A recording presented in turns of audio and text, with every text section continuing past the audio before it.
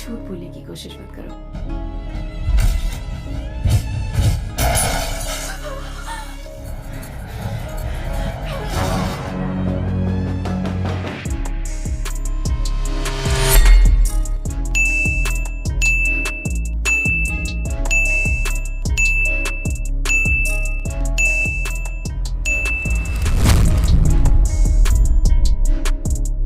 Halo guys, selamat datang kembali di alur cerita film Klik Cinema TV. Nah, kali ini kita akan disuguhkan dengan sebuah alur cerita film India yang berjudul Charulata. Film yang dirilis pada tahun 2012 ini diperankan oleh Priyamani dan Skanda Ashok. Film ini mengisahkan tentang misteri kisah cinta dan kecemburuan dua wanita kembar Siam yang harus menerima kenyataan pahit setelah ada seorang pria datang mengutarakan cinta kepada salah seorang saudara kembarnya. Lantas bagaimanakah kisahnya? Mari kita simak bersama-sama.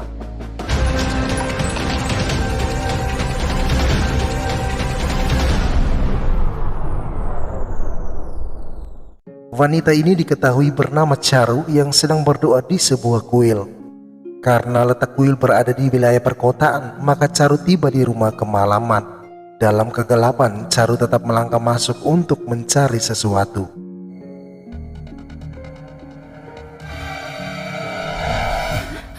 Ternyata hari itu merupakan hari ulang tahunnya Charu dan semua ini adalah kejutan yang direncanakan oleh tunangannya bernama Raffi. Setelah tiup lilin dan saling suap menyuap, acara dilanjutkan dengan makan malam bersama. Di sana mereka sepakat menentukan hari baik untuk pernikahan. Namun sepertinya Charu sedikit khawatir dan Raffi coba meyakinkannya.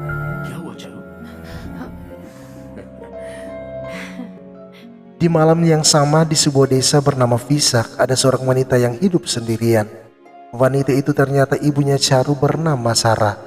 Setelah berdoa untuk ulang tahun anaknya, tiba-tiba dia mendengar suara aneh di luar rumah. Seketika itu juga dia bergegas ke sana dan inilah yang dia lihat.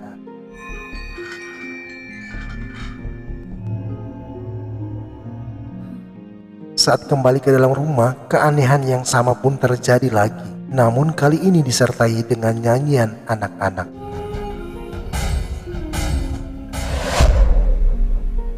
Esok pagi Raffi mendapat telepon dari seorang yang tinggal di Visak karena ibunya Charu sedang dirawat di rumah sakit. Ketika Charu mendengar berita tersebut, dia sangat khawatir dan berniat pergi ke sana. Sementara Raffi diminta untuk mengerjakan beberapa pekerjaan yang belum terselesaikan. Kemudian Raffi mengantar Charu menuju bandara. Namun dalam perjalanan, Charu membayangkan sesuatu hal yang membuatnya menjadi sangat ketakutan. Setiba di rumah sakit, Charu langsung menuju ke ruangan tempat di mana ibunya dirawat. Dengan lembut Charu coba memanggil ibunya, tetapi tiba-tiba dokter datang dan meminta agar membiarkan sang ibu beristirahat. Setelah itu Charu pergi ke rumah kenangan masa kecilnya. Di sana dia bertemu dengan seorang anak. Anak itu mengira kalau Charu ingin menyewa rumah tersebut sambil meminta sejumlah uang.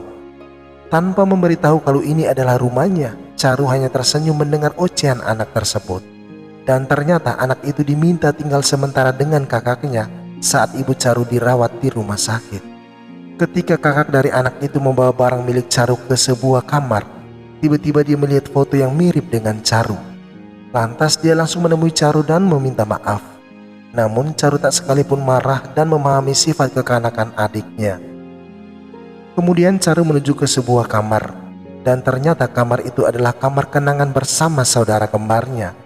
Terlihat ada beberapa barang yang masih tertata rapi dan selalu berpasangan. Di kamar itu ada sebuah kotak berisi kacamata dan juga sebuah album berisi foto-foto kenangan masa kecilnya. Ternyata Charu memiliki seorang saudara kembar siang yang kulit mereka menyatu satu sama lain. Malam hari setelah selesai mandi dan ingin mengambil handuk dalam lemari, tiba-tiba saja. Di malam itu juga Charu kembali ke rumah sakit. Dengan lembut Charu memanggil ibunya. Namun saat ibu melihat Charu, tatapan mata ibu sangat tajam seolah-olah tak ingin melihatnya. Esok pagi Charu kembali ke rumah dengan menggunakan mobil milik ibunya. Namun anak itu kembali berulah sambil meminta bayaran karena Charu memakai mobil tersebut. Meskipun sudah dijelaskan oleh kakaknya, anak itu masih saja tidak percaya dan tetap menganggap Charu adalah orang asing. Sesaat kemudian terlihat Charu sedang mencari anjingnya untuk diberi makan. Namun ketika mendengar anjing itu menggonggong, Charu lekas menuju ke sana dan inilah yang dia lihat.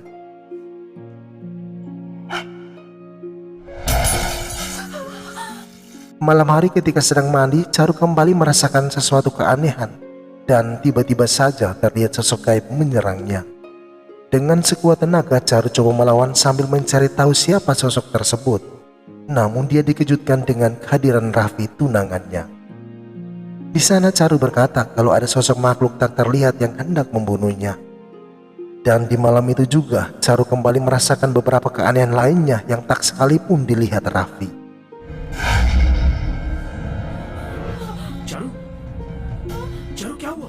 Esok pagi anak itu kembali mengoceh sambil meminta bayaran tambahan karena Charu menginap bersama tunangannya. Dan tak lama berselang datang seorang wanita. Wanita parubaya tersebut ternyata seorang psikiater yang diundang Raffi. Namun saat Raffi menjelaskan kalau wanita itu diminta untuk memeriksa kesehatan psikisnya, membuat Charu menjadi marah lalu pergi dari situ.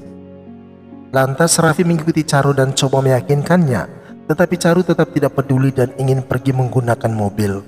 Namun sialnya Charu justru menabrak anjing kesayangannya sampai mati. Kemudian terlihat Charu sedang berjalan di bibir pantai sambil menikmati desiran ombak. Dan ketika dia berbalik, betapa terkejutnya Charu melihat ada bekas dua pasang kaki di atas pasir. Karena itu dia berlari memanggil Raffi untuk menunjukkan apa yang barusan dia lihat. Tetapi saat mereka tiba di sana, bekas kakinya telah menghilang. Melihat kondisi Charu yang sangat memprihatinkan, maka Raffi meminta Charu berkonsultasi dengan dokter psikiater. Setelah selesai diperiksa, dokter mengatakan bahwa Charu sedang dalam kondisi baik-baik saja. Karena itu dia pun meminta agar Charu coba mengingat apa yang sedang dipikirkan sekarang ini. Akhirnya Charu mengenang kembali masa-masa kecil bersama saudara kembarnya bernama Lata, di mana di saat itu mereka hanya dibesarkan oleh ibu. Dan meskipun tubuh mereka tidak bisa dipisahkan, tetapi sukacita dan kegembiraan selalu mereka rasakan. Setelah menginjak usia dewasa, keduanya pergi ke sekolah biola untuk mengasah kemampuan mereka bersama anak-anak yang lain. Namun sang pelatih justru menolak setelah melihat kondisi mereka. Dia beranggapan bahwa Charu dan Lata tidak bisa menyelaraskan irama antara gerakan tangan dan pikiran. Tetapi mereka mendapat pembelaan dari seorang pria bernama Raffi. Bagi Raffi, apa yang dialami Charu dan Lata bukanlah sebuah kekurangan, tetapi anugerah terindah dari Tuhan yang tidak dimiliki oleh orang lain. Meskipun Raffi coba meyakinkan sang pelatih, tetapi pria itu tetap keras kepala dan tidak ingin menerima mereka. Akhirnya dengan usaha dan tekad yang kuat, mereka terus berlatih di rumah. Hingga di suatu waktu ketika sang pelatih ingin memperlihatkan teknik bermain, tiba-tiba terdengar suara biola yang tak jauh dari situ. Seketika itu juga mereka semua menuju ke arah suara tersebut dan ternyata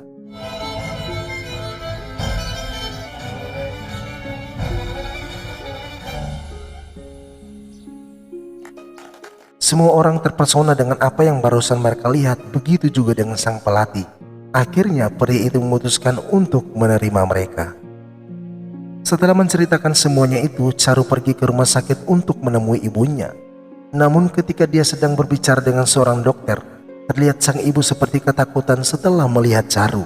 Dan untung saja dokter tidak mengizinkan Charu masuk ke ruangan tersebut. Sesaat kemudian Raffi pulang ke rumahnya Charu yang pada saat itu ada si anak kecil bersama kakaknya. Setelah mengetahui kalau Charu berada di dalam rumah, Raffi langsung menuju ke sana.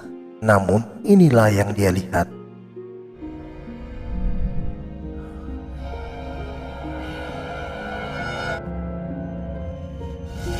Meskipun apa yang dilihat barusan sangat mengherankan, Raffi berusaha tetap tenang. Dan untuk memastikan keanehan tadi, dia meminta Charu pergi menemui si anak kecil bersama kakaknya.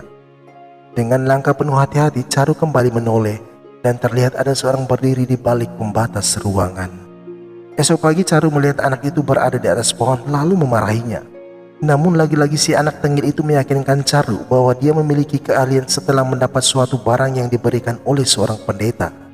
Dia juga menyarankan jika Charu membutuhkan bantuan dari pendeta itu, maka dia bersedia mengantarnya. Ternyata inilah pendeta yang diceritakan anak tersebut. Pendeta berambut panjang dengan wajah menakutkan itu merupakan seorang pemburu sarang burung elang. Dan setelah mendapatkannya, sarang burung elang tersebut dibakar bersama akar untuk menguji kesaktiannya. Kemudian Raffi dan Charu diantar menuju sang pendeta. Di sana mereka diberi selembar bingkaian foto dan sebuah kelapa yang dibungkus dengan kain merah. Malam hari saat Raffi bersantai sambil membaca buku, tiba-tiba Charu datang dan meminta pendapat Raffi soal penampilannya. Lantas Raffi langsung berdiri dan ingin bersenang-senang. Namun Charu meminta kekasihnya bersabar mengingat pernikahan mereka tinggal beberapa hari saja. Saat tidur, Charu kembali mendapat gangguan yang membuatnya terbangun. Bukannya memanggil Raffi, Charu justru berjalan menuju ke lantai atas. Di sana, dia melihat kacamata sudah berada di luar kotak. Dan ketika dia berjalan menuju ke tempat lain, maka inilah yang terjadi.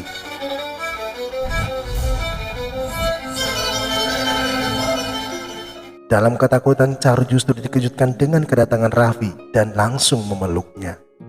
Atas kejadian itu, Charu kembali mengunjungi dokter psikiater untuk menceritakan apa yang barusan dia alami.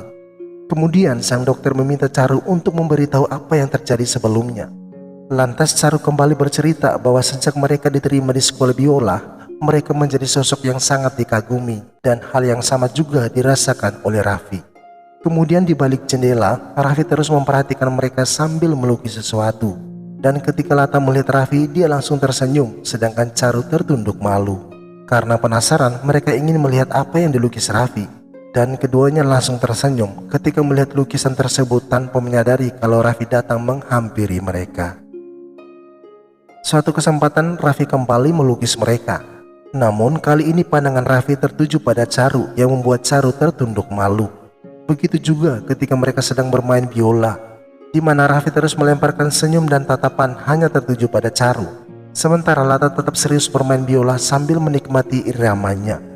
Karena keasikan saling berbalas senyum, Charu salah menekan nada, yang pada akhirnya Lata menyadari aksi mereka. Alhasil Lata menjadi marah dan dengan sengaja melukai Charu.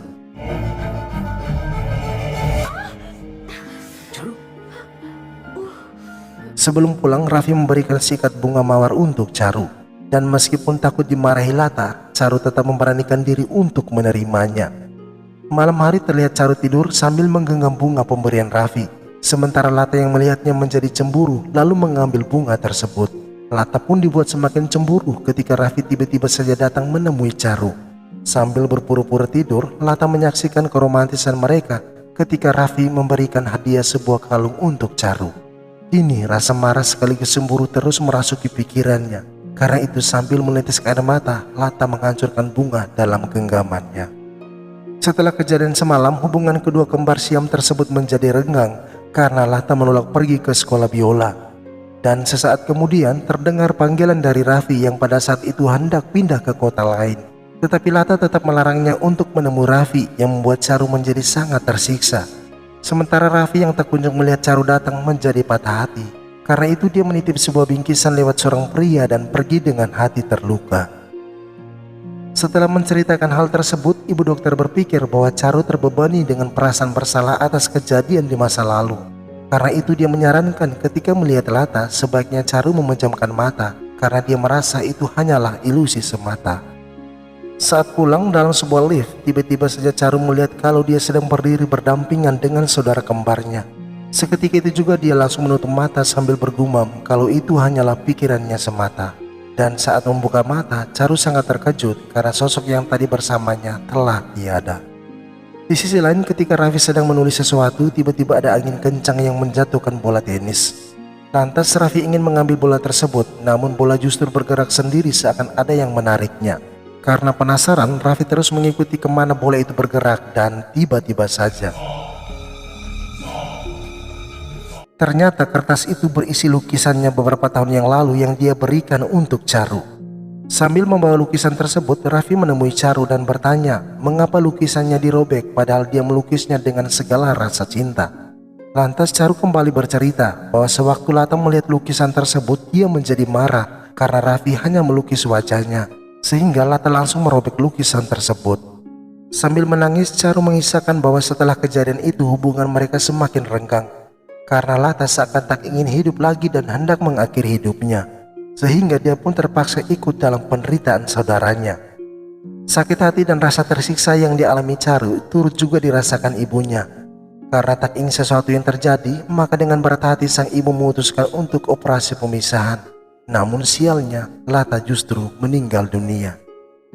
Setelah mendengar cerita tersebut, Raffi merasa heran mengapa Lata berbuat senekat itu. Namun Raffi sangat terkejut saat tahu kalau ternyata Lata juga mencintainya. Esok pagi ketika Charu berada di kuburan, Raffi juga kebetulan berada tak jauh dari situ sambil menelpon seseorang. Kemudian Raffi menemui Charu dan mengatakan kalau ibu sudah bisa dipulangkan beberapa hari lagi karena kondisinya semakin membaik. Malam hari saat ingin tidur, Charu kembali terbayang kuburan yang dikunjunginya sore tadi. Sementara di saat yang bersamaan pula, terlihat sosok misterius masuk ke ruangan itu dan tiba-tiba saja. Mendengar ada teriakan, Raffi langsung bergegas menemui Charu dan berusaha menenangkannya. Charu yang sudah lelah dengan rentetan peristiwa yang dialaminya selama ini datang menemui ibu dokter. Di sana dia berkata bahwa apa yang dia alami bukan karena rasa takut yang menghantui pikirannya, tetapi sebuah kenyataan yang benar-benar terjadi. Sehingga dia pun berjanji bahwa mulai hari ini dia tidak akan datang lagi dan berusaha menyelamatkan dirinya dengan caranya sendiri. Dalam kemarahan, Charu mengambil beberapa barang termasuk album foto kenangan, lalu memasukkannya ke dalam tungku api kemudian membakarnya. Dan ketika dia kembali mengambil suatu barang dalam lemari yang lain, tiba-tiba saja matanya seakan tersampar sebuah percikan yang membuat penglihatannya menjadi tak jelas. Nah, di kesempatan itulah terlihat sosok bayangan dengan muka berlumur darah.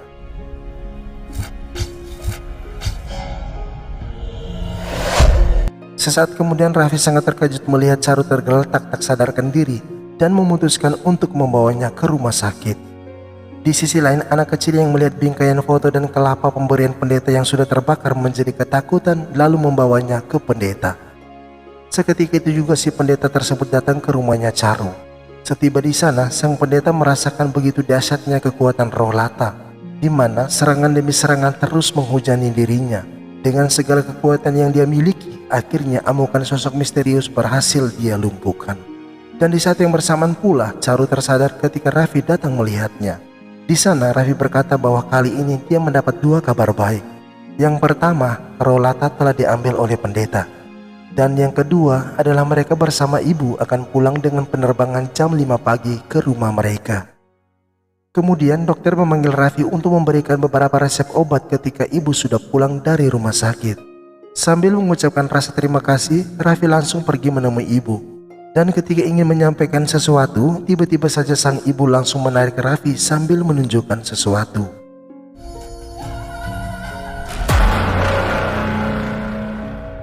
Untuk memastikan isyarat dari ibu, Raffi langsung menuju ke kuburan. Dan betapa terkejutnya dia ketika melihat foto dan nama Charu di kuburan tersebut. Kini Raffi seakan tersadar bahwa Charu kekasihnya benar-benar sudah meninggal. Karena itu dia hanya bisa menangis pasrah sambil memandang foto kekasihnya.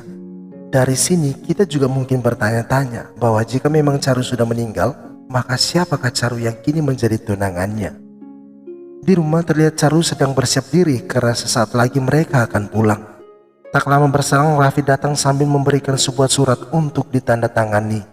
Nah, ketika Raffi melihat dia menulis nama Charu, Raffi langsung marah dan berkata, "Mengapa kamu menulis nama orang yang sudah meninggal? Karena kamu bukanlah Charu melainkan Lata." Awalnya dia masih berbohong, namun ketika Raffi mengatakan kalau ibu sudah menceritakan padanya, maka seketika itu juga misteri tentang kematian Charu mulai terbongkar. Dengan amarah, Raffi berkata bahwa selama 4 tahun kamu telah mengelabuiku dengan mengubah identitasmu, dan kamulah yang menyebabkan kematian Charu. Karena tak bisa menahan amukan Raffi, maka dia lalu bercerita bahwa sebenarnya ketika Charu mendapat lukisan dari Raffi, dia menjadi cemburu. Karena itulah terjadi perkelahian di antara mereka dan inilah yang terjadi. Atas peristiwa itu, Charu meninggal dunia dan akhirnya diputuskan untuk operasi pemisahan tubuh mereka. Namun setelah kematian Charu, sikap ibu mulai berubah dan selalu menjauhinya. Situasi tersebut membuatnya semakin tersisihkan, tetapi berkat sebuah surat yang dikirim Raffi 4 tahun yang lalu membuatnya kembali bersemangat. Sehingga dia memutuskan untuk mengubah namanya menjadi Charu dan juga penampilannya. Namun tiba di suatu waktu ketika dia sedang membaca surat kiriman Raffi, tanpa dia sadari ibu mengetahuinya. Dan karena hal itulah dia memutuskan keluar dari rumah untuk pergi mencari Raffi. Di sana Lata berkata bahwa meskipun dia berbohong soal nama dan penampilannya, tetapi cintanya pada Raffi sungguh nyata. Raffi yang terlanjur sakit hati atas kebohongannya selama ini justru semakin marah sambil melepas paksa kalung yang dikenakan Lata. Dan ketika Raffi hendak pergi, tiba-tiba saja saat membuka mata, Raffi terkejut melihat dirinya telah diikat di sebuah kursi. Tak lama berselang datanglah Lata yang kini sudah berubah penampilan. Dia berkata bahwa cukup sulit berpura-pura menjadi orang lain, dan selama ini hidupku juga tersiksa hanya untuk mencintaimu, tetapi kamu justru menolakku. Kemudian Lata meminta agar Raffi melupakan masa lalu dan mengajaknya hidup bersama. Namun Raffi berkata bahwa lebih baik dia mati daripada menikahi Lata. Hal itu membuat Lata menjadi sangat marah.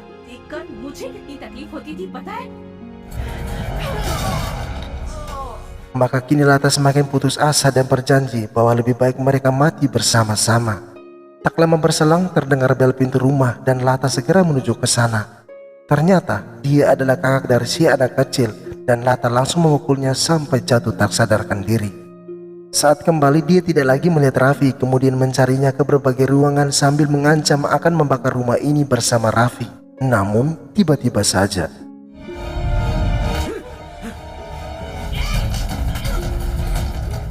Raffi sepertinya tak tega menghabisi Lata, tetapi sialnya dengan 1-2 gerakan, Lata justru membuat Raffi jatuh terguling-guling sampai tak berdaya.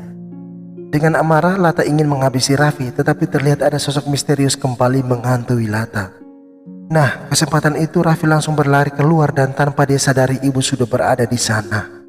Ibu berkata bahwa jika Raffi tidak masuk dalam hidup mereka, mungkin saja kedua putrinya akan bahagia. Sang ibu justru mempersalahkan Raffi atas semua kekacauan ini. Karena itu dia memohon agar Raffi menyelamatkan Lata, satu-satunya anak yang dia miliki, dengan mencintainya. Sementara di dalam rumah, Lata terlihat meluapkan segala perasaan yang dia miliki sambil meminta maaf pada Charu atas semua kejadiannya di masa lalu. Namun karena sudah merasa putus asa, Lata meminta Charu membunuhnya agar dia tak hidup dalam kesengsaraan. Tetapi di saat yang bersamaan, tiba-tiba Raffi datang dan langsung memeluknya. Di sana Raffi memohon agar Charu memaafkan Lata. Dia juga meminta Charu mengizinkan dia menikahi Lata, dan jika tidak, maka lebih baik dia mati bersama Lata.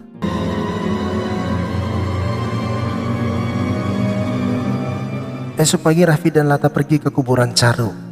Setelah melangkah dan ingin pulang, Raffi menoleh dan betapa terkejutnya dia melihat Charu sedang berdiri dengan Lata. Akan tetapi kali ini Charu justru tersenyum yang mengisyaratkan bahwa dia telah merestui hubungan Raffi dan Lata. Oke, sekian saja alur cerita filmnya. Terima kasih dan sampai jumpa di video selanjutnya. Sekian dan terima kasih.